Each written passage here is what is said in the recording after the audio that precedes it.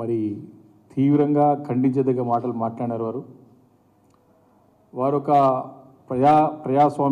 ప్రజాస్వామ్యబద్ధంగా రాజ్యాంగబద్ధమైనటువంటి ఒక పదవిలో ఉన్నటువంటి మరి మాట్లాడాల్సిన మాటలు కావు. వారు మాట్లాడిన మాటలు ఒక ఫ్యాసిస్ట్ లాగా మాట్లాడినారు. వారు మాట్లాడిన మాటలు ఒక అజ్ఞానిలాగా మాట్లాడినారు. వారు మాట్లాడిన మాటలు ఒక అరాచకవాదాన్ని తలపించే విధంగా మాట్లాడినారు. చివరికి ఒక రేసిజంని తలపించే విధంగా మాట్లాడినారు. కాబట్టి వీటిని బీఆర్ఎస్ పార్టీ తరఫున తీవ్రంగా ఖండిస్తూ ఉన్నాం. వ్యక్తిగత దూషణలకు పోయి మరి అధికారంలో ఉన్నాం కదా, ఏది మాట్లాడినా చెల్లుతుందనే విధంగా మరి వారు మాట్లాడుతూ ఉన్నారు.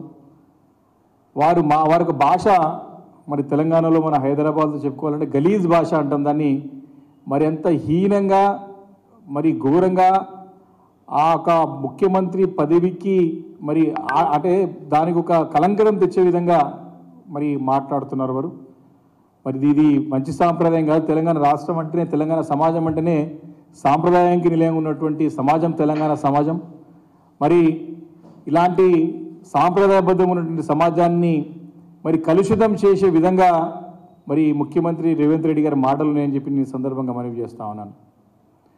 దీన్ని తీవ్రంగా ఖండిస్తూ ఉన్నాం. వారు రాజ్యాంగబద్ధమైన పదవిలో ఉండి ఒక వ్యక్తుల గురించి, వారి ఎత్తు గురించి, వారి అందం గురించి, వారి ఆహార్యం గురించి మరి మాట్లాడుతూ రాజ్యాంగ విరుద్ధమైనటువంటి సంకేతాలు ప్రజలకు పంపిస్తున్న సంగతి నేను ఈ సందర్భంగా మనవి చేస్తూ ఉన్నాను.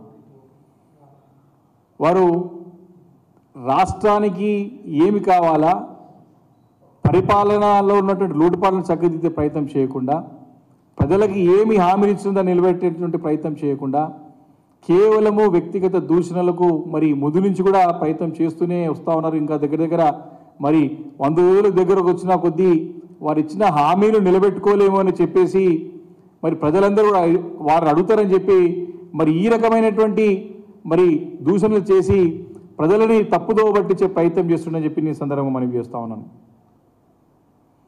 వారు మేము గేట్లు తెరిస్తే బీఆర్ఎస్ పార్టీ ఎమ్మెల్యేలు అందరూ కూడా వచ్చేస్తారని చెప్పేసి మాట్లాడుతూ ఉన్నారు. మేము చాలా తీవ్రంగా ఖండిస్తూ ఉన్నాం. మరి ఎమ్మెల్యేలందరూ కూడా, మా పార్టీ ఎమ్మెల్యేలందరూ కూడా అవమానపరిచే విధంగా మాట్లాడినందుకు వారికి తక్షణం దీనిపైన వివరణ ఇచ్చి క్షమాపణ చెప్పాలని చెప్పేసి రేవంత్ రెడ్డి గారిని డిమాండ్ చేస్తూ ఉన్నాం.